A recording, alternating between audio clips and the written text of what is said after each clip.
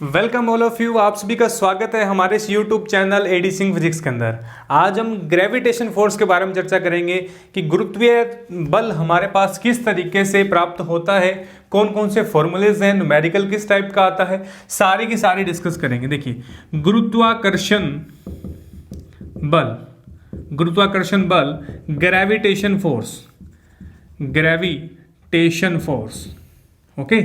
तो यहां पर हम ग्रेविटेशन फोर्स के बारे में चर्चा करेंगे, ओके। तो देखिए, सबसे पहले फोर्स की डेफिनेशन क्या है, बल क्या है। बल वह कारक है जो किसी वस्तु में त्वरण व मंदक उत्पन्न करता है। क्या है बल? हमने लास्ट लेक्चर्स के अंदर ये चीज डिस्कस की है कि बल वह कारक है जो किसी वस्तु में क्या करता है, एक्सेलरेशन एंड रिटार्डेशन उत्पन्न करता है। त्वरण मतलब वेग में परिवर्तन, वेग में वृद्धि। क्या होगी? वेग में वृद्धि, वेलोसिटी बढ़ेगी। और मंदक का मतलब वेग में कमी या ऋणात्मक त्वरण, क्या कह सकते हैं इसे, ऋणात्मक एक्सेलरेशन, ओके।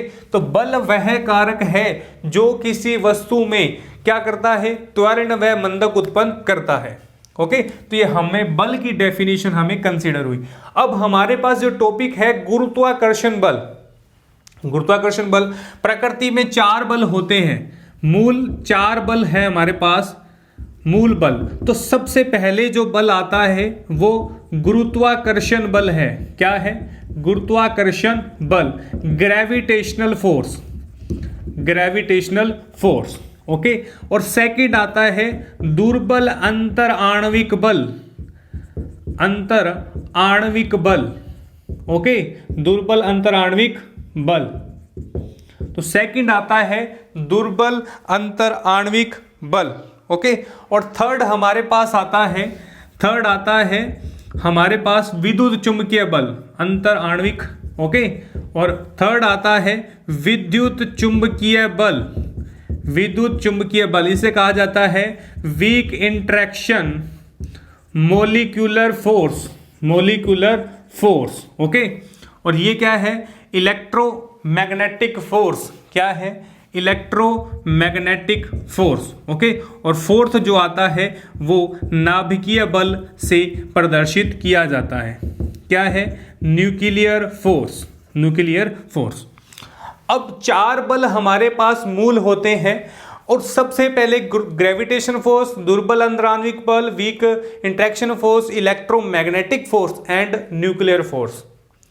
यदि मैं इसकी क्वांटिटीज को 1 मानूं, यदि गुरुत्वाकर्षण सबसे जो दुर्बल बल है जिसे कहा जाता है दुर्बल बल यानी वीक फोर्स, क्या है, उसे कहा जाता है वीक फोर्स। ग्रेविटेशन फोर्स जो कमजोर है, देखिए कमजोर तो ये भी है क्योंकि नाम इससे दुर्बल है, परंतु इससे भी कमजोर वीक जो बल होता है वो ग्रेविटेशन फोर्स कहलाता है। और सबसे स्ट्रॉन्ग फोर्स होता है वो नाभिकीय बल, न्यूक्लियर फोर्स हमारा कहलाता है, ओके। तो यहां पर जो सबसे वीक फोर्स है वो, यदि मैं इसकी वैल्यू को 1 मानूं, यदि गुरुत्वाकर्षण की वैल्यू को 1 मानूं, तो मेरे पास दुर्बल अंतराण्विक बल क्या होगा, वीक इंटरेक्शन क्या होगा हमारे पास, वीक इंटरेक्शन 10 की पावर 25 के रूप में होगा।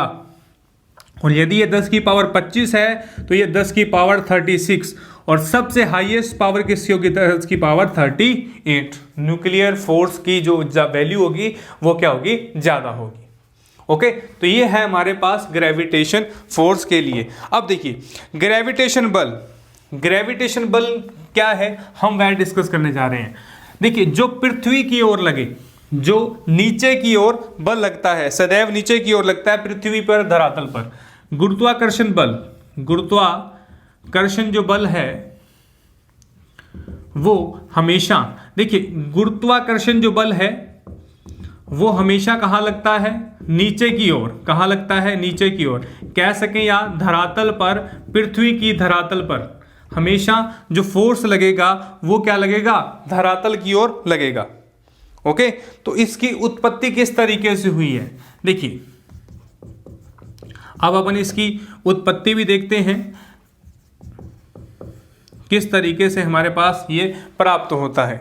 ओके, अब देखिए दो द्रव्यमानों का अंतर, दो द्रव्यमानों के अंतर के कारण, दो द्रव्यमानों के अंतर के कारण, द्रव्यमानों के अंतर के कारण जो बल प्राप्त होता है वो ग्रेविटेशनल फोर्स कहलाता है। ओके, ब्रह्मांड के अंदर एक वस्तु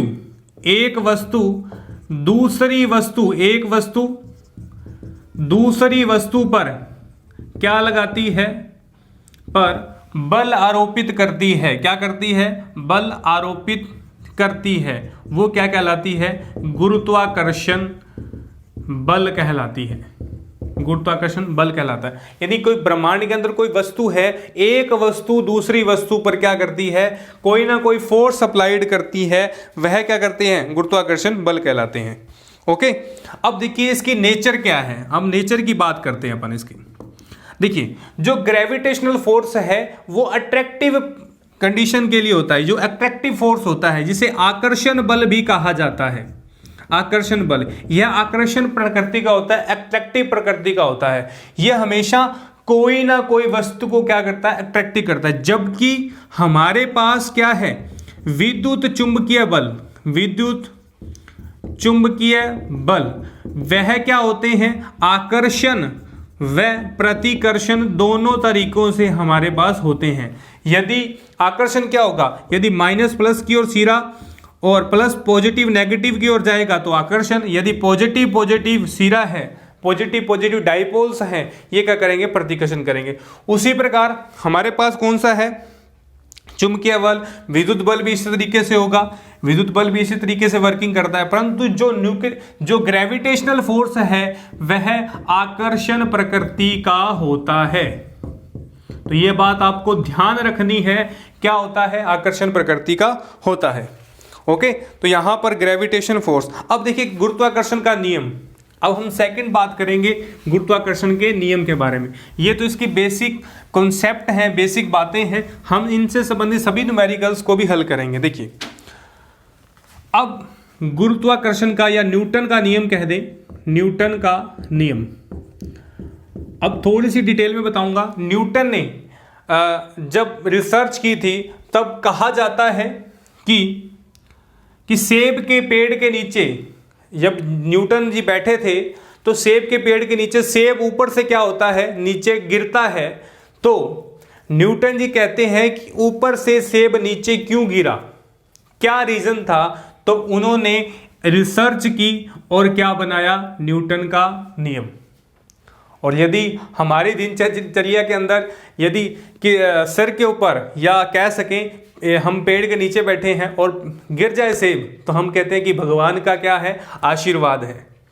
भगवान का क्या है? आशीर्वाद है। उनकी कृपा से क्या हुआ है? यहाँ ये जो एप्पल है वो नीचे गिरा है।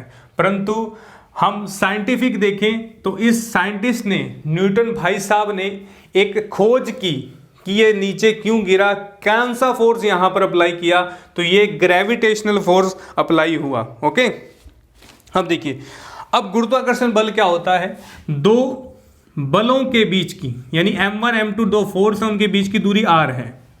m1 m2 दो फोर्स उनके बीच दूर। गुरुत्वाकर्षण बल दोनों बलों के, गुरुत्वाकर्षण जो बल है वो दोनों m1 m2 के क्या होता है? समानुपाती और दूरी के वर्ग के व्युत्क्रमानुपाती। अब इसकी लैंग्वेज सुनिए आप। F जो फोर्स है वो समानुपाती किसके है? m1 m2 दो फोर्स के, और दूरी के स्क्वायर के क्या है? व्युत्क्रमानुपाती होता है, रेशियो प्रोपोर्शनल होता है। ओके, तो ये हमारे पास प्राप्त होता है। और यदि हम इसका निशान हटाएं, कौन सा? समानुपाती का, तो एक g कांस्टेंट आता है जिसे सार्वत्रिक गुरुत्वाकर्षण नियतांक कहते हैं, हम वो भी पढ़ेंगे।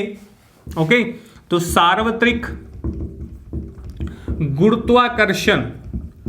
गुरुत्वाकर्षण नियतांक। ओके, तो इसे कहा जाता है यूनिवर्सल ग्रेविटेशनल कांस्टेंट।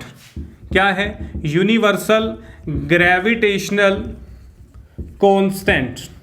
ओके, तो हम इसकी वैल्यू को फाइंड कर सकते हैं। F बराबर क्या है, capital G m1 m2 upon R square, और यहाँ F और यहाँ क्या आ जाएगा G m1 m2 F into R square, और यहाँ पर capital G F into R square क्या आ जाएगा हमारे पास m1 m2। ओके, और यदि मुझे सार्वत्रिक गुरुत्वाकर्षण नियतांक यानी यूनिवर्सल ग्रेविटेशन फोर्स की जो वैल्यू निकालनी है तो क्या होगा, न्यूटन इंटू मीटर स्क्वायर क्या होगा, केजी की स्क्वायर। तो दो बल हैं केजी की स्क्वायर। ओके, तो इसकी वैल्यू क्या होती है 6.67 10 की पावर -11, 6.67 10 की power -11 newton into metre square upon KG square. Okay, तो ये इसकी वैल्यू होती है। ओके, तो ये हमारे पास कैलकुलेट कर सकते हैं गुरुत्वाकर्षण का सार्वत्रिक नियतांक। ओके, तो ये हमारे पास क्या है, ग्रेविटेशनल फोर्स की वैल्यू। अब हम बात करेंगे गुरुत्वीय त्वरण के बारे में। हम बेसिक बातें कर रहे हैं जो हमारे एग्जाम के व्यू से क्या है इंपॉर्टेंट है। ये इसका फॉर्मूला है ग्रेविटेशन फोर्स का। अब हम बात करेंगे गुरुत्वीय त्वरण के बारे में। गुरुत्वीय त्वरण किस तरीके से हमारे पास प्राप्त होता है। गुरुत्वीय त्वरण देखिए, गुरुत्वीय त्वरण क्या आएगा, इसे क्या कहेंगे हम, ग्रेविटेशनल एक्सेलेरेशन या ग्रेविटी, इसे ग्रेविटी कहा जाता है गुरुत्वीय त्वरण को। ओके, तो क्या गुरुत्वाकर्षण के अधीन पृथ्वी की ओर, गुरुत्वाकर्षण के अधीन पृथ्वी की ओर, पृथ्वी की ओर। अब देखिए जो बल लगेगा, अब गुरुत्वाकर्षण के अधीन जो पृथ्वी की ओर बल लग रहा है, मान लीजिए पृथ्वी है और ओके, और ये क्या लग रहा है हमारे पास, फोर्स लग रहा है। यदि नीचे की ओर, ये ऊपर की ओर, ये क्या लग रहा है, नीचे की ओर फोर्स लग रहा है। ओके, और ये क्या लग रहा है, ऊपर की ओर। ओके, बड़े ही ध्यान से देखना आपने। ओके, तो गति कर की हुई वस्तु प्रति सेकंड का वेग नीचे की ओर क्या कह रहा है कि गुरुत्वाकर्षण के अधीन पृथ्वी की ओर गति करती हुई वस्तु का वेग क्या हो, प्रति सेकंड में क्या हो, वृद्धि हो, तो क्या कहलाएगा, गुरुत्वीय त्वरण कहलाएगा। क्या कहलाएगा, गुरुत्वीय त्वरण कहलाएगा। यदि गुरुत्वाकर्षण के अधीन क्या कह रहे हैं, गुरुत्वाकर्षण के अधीन पृथ्वी की ओर, यदि गुरुत्वाकर्षण के अधीन पृथ्वी की ओर क्या कर रही है, कोई वस्तु गति कर रही है, मोशन कर रही है, तो उसका वेग प्रति सेकंड में क्या हो, वृद्धि हो, प्रति सेकंड में क्या हो, उसकी वृद्धि हो, तो क्या कह रहे हैं, गुरुत्वाकर्षण। अब यहां देखिए नीचे की ओर फोर्स लग रहा है, ग्रेविटेशन फोर्स है, ऊपर की वस्तु है, नीचे की ओर लग रहा है, तो यहां पर ग्रेविटेशन फोर्स क्या होगा, पॉजिटिव होगा। ओके, और यहां देखिए बल का लग रहा है ऊपर की ओर, तो ग्रेविटेशन फोर्स क्या होगा, जी क्या होगा, नेगेटिव होगा। जी क्या होगा, नेगेटिव होगा। ओके, तो ये गुरुत्वीय त्वरण जी को इस तरीके से रिप्रेजेंट करते हैं। ओके, तो गुरुत्वीय त्वरण को हम इस तरीके से क्या करते हैं, रिप्रेजेंट करते हैं। ओके, तो सार्वत्रिक जी क्या है हमारे पास, जी है सार्वत्रिक गुरुत्वाकर्षण नियतांक, और जिसकी वैल्यू हमने भी फाइंड की है 6.67 10 की power -11 newton into metre square upon KG square. Okay, अब देखिए, और जहां m क्या है, बड़ी ही इंपॉर्टेंट बात है, m क्या है, ग्रह का द्रव्यमान, जो हमारे पास ग्रह है, ग्रह का द्रव्यमान। ओके, और यहां r क्या है, ग्रह की त्रिज्या, r क्या है, ग्रह की त्रिज्या। ओके, तो यहां पर जो ग्रेविटी है, गुरुत्वीय त्वरण है, वो मास पर डिपेंडेंट नहीं कर रहा है। तो आप देख लीजिए मास पर डिपेंडेंट नहीं है, ये ग्रह का द्रव्यमान है। जो m की वैल्यू है ये क्या है, ग्रह के द्रव्यमान की है। ओके, तो यहां पर नोट करने वाली बात क्या है कि गुरुत्वीय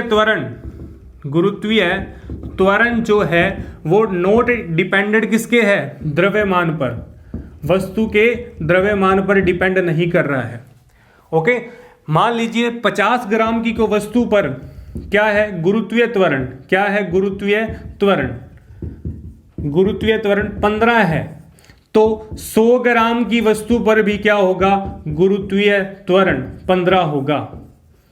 सेम वर्किंग के अंदर है, सेम वर्किंग की बात कर रहा हूं। यदि 50 ग्राम की वस्तु सेम गुरुत्वीय हमारे पास वर्किंग कर रहा है ग्रेविटेशन फोर्स के अकॉर्डिंग सेम रेडियस के अंदर, और यहां पर हमें 100 ग्राम की कोई वस्तु है, तो ग्रेविटेशन फोर्स क्या होगा, सेम रहेगा। ग्रेविटेशन फोर्स कभी भी चेंज नहीं होगा। तो यहां पर डिपेंड नहीं कर रहा किसी वस्तु की द्रव्यमान पर। ओके, तो यहां पर हमें क्या है, वस्तु के द्रव्यमान पर क्या आ रहा है, डिपेंड नहीं कर रहा है। अब हम बात करेंगे पृथ्वी के गुरुत्वीय त्वरण के बारे में। पृथ्वी का गुरुत्वीय त्वरण, पृथ्वी का गुरुत्वीय त्वरण, तो पृथ्वी का गुरुत्वीय त्वरण होता है 9.8 newton into metre square, okay, upon KG square भी होता है इसका, newton into metre square, metre square पर सेकंड, सॉरी क्योंकि त्वरण की बात कर रहे हैं तो यहां पर क्या आएगा, मीटर स्क्वायर अपॉन सेकंड की स्क्वायर। अब पृथ्वी का जो ग्रेविटेशन त्वरण है, गुरुत्वीय त्वरण की वैल्यू है, यदि चंद्रमा का निकाले अपन, चंद्रमा का गुरुत्वीय त्वरण क्या होगा, पृथ्वी के ग्रेविटेशनल गुरुत्वीय त्वरण का 6 गुना 6 से क्या होता है, 6 भाग होता है, 6वां भाग होता है। तो आपने याद रखना है पृथ्वी का और चंद्रमा का गुरुत्वीय त्वरण। ओके, तो ये क्या है, गुरुत्वीय त्वरण के बारे में। मान लीजिए कोई वस्तु को हमने क्या किया, उछाला है, कहां पर, नीचे की ओर उछालते हैं तो क्या होगा, ग्रेविटेशनल फोर्स पॉजिटिव प्राप्त होगा। यदि हमें ऊपर की ओर उछालते हैं वस्तु को तो ग्रेविटेशन क्या होगा, नेगेटिव प्राप्त होगा। मान लीजिए मैंने ऊपर से क्या किया, मान लीजिए इस कैप को मैंने नीचे छोड़ा तो क्या हुआ, क्या हुआ, ग्रेविटेशन फोर्स नीचे की ओर लगा, गुरुत्वीय त्वरण क्या होगा, पॉजिटिव। यदि मैं यहां से नीचे से क्या करूं, ऊपर की ओर उछालूं कैप को, तो क्या होगा, ग्रेविटेशन जो गुरुत्वीय त्वरण है वो क्या हो जाएगा, हमारे पास नेगेटिव प्राप्त होगा।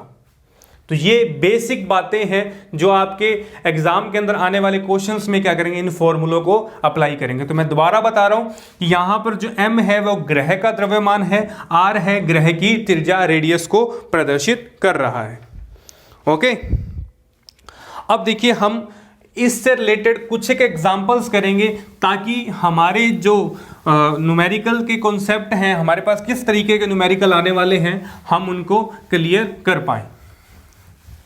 ओके, तो बेसिकली हमने यहाँ 2 फॉर्मूले पढ़े हैं। कौन से फॉर्मूले पढ़े हैं, देखिए F बराबर capital G m1 m2 is equal to R square, और यहाँ पर small g capital G m upon R square. 2 तरीके के फॉर्मूले हैं, और m1 m2 क्या है, यहाँ पर फोर्सेस हैं और यहाँ पर दूरी है, और यहाँ पर कैपिटल G 9.8 10⁻⁻11 है। Okay, newton into metre square upon KG की स्क्वायर। ओके, और यहाँ पर m क्या है, ग्रह का द्रव्यमान, और r क्या है, रेडियस। तो अपनी बेसिक सी फॉर्मूले को आपने याद रखना है। तो क्वेश्चन करते हैं फर्स्ट, क्या कह रहा है, यदि पृथ्वी की ओर चंद्रमा के बीच की दूरी, यदि पृथ्वी और चंद्रमा के बीच की दूरी 1/3 है दी जाए, तो गुरुत्वाकर्षण पर, यदि 1/3 दी जाए तो गुरुत्वाकर्षण बल पर क्या प्रभाव पड़ेगा। अब देखिए पृथ्वी और चंद्रमा के बीच की दूरी को 1/3 करना है, तो हमारे पास फॉर्मूला है F बराबर G m1 m2 upon R square. अब कह रहे बीच की दूरी को 1/3, तो 1/3 करेंगे, इसकी स्क्वायर क्या हो जाएगी, 1/9। अब देखिए जो F का रिश्ता किसके साथ है, m1 m2 के साथ, यानी F का रिश्ता m1 m2 के साथ कौन सा रिश्ता है, दोस्ती का, और F के साथ किसका रिश्ता है, दुश्मनी का। ओके, तो क्या होगा, R क्या होगा, जो हमारे पास R आएगा वो क्या आएगा, उल्टा आएगा। तो इसको उल्टा कीजिए, क्या होगा, उल्टा करते ये क्या होगा, 9 गुना, क्या हो जाएगा, 9 गुना। तो कहने का मतलब यदि 1/3 दूरी की जाए तो ग्रेविटेशनल फोर्स क्या होगा, 9 गुना हमारे पास प्राप्त होगा।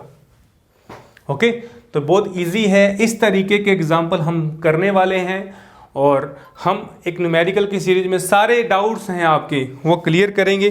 तो हमारा जो फर्स्ट लेक्चर है ग्रेविटेशन फोर्स का, वो आज मैं कंप्लीट कर रहा हूँ। ओके, तो नेक्स्ट लेक्चर्स के अंदर हम कुछ एक बातें और डिस्कस करेंगे ताकि आने वाले जो भी न्यूमेरिकल्स करें वहाँ पर हमें परेशानी ना आए। ओके, तो आज के लेक्चर में सिर्फ इतना ही। नेक्स्ट लेक्चर में, और प्लीज़ आप इस वीडियो को लाइक, शेयर और कमेंट अवश्य करें, और यदि मेरे चैनल पर नए हैं तो आप प्लीज़ सब्सक्राइब करें और बेल आइकन को प्रेस करें ताकि आने वाली वीडियो का नोटिफिकेशन आप तक पहुँच पाए। आज के लिए लेक्चर के लिए धन्यवाद। Thank you.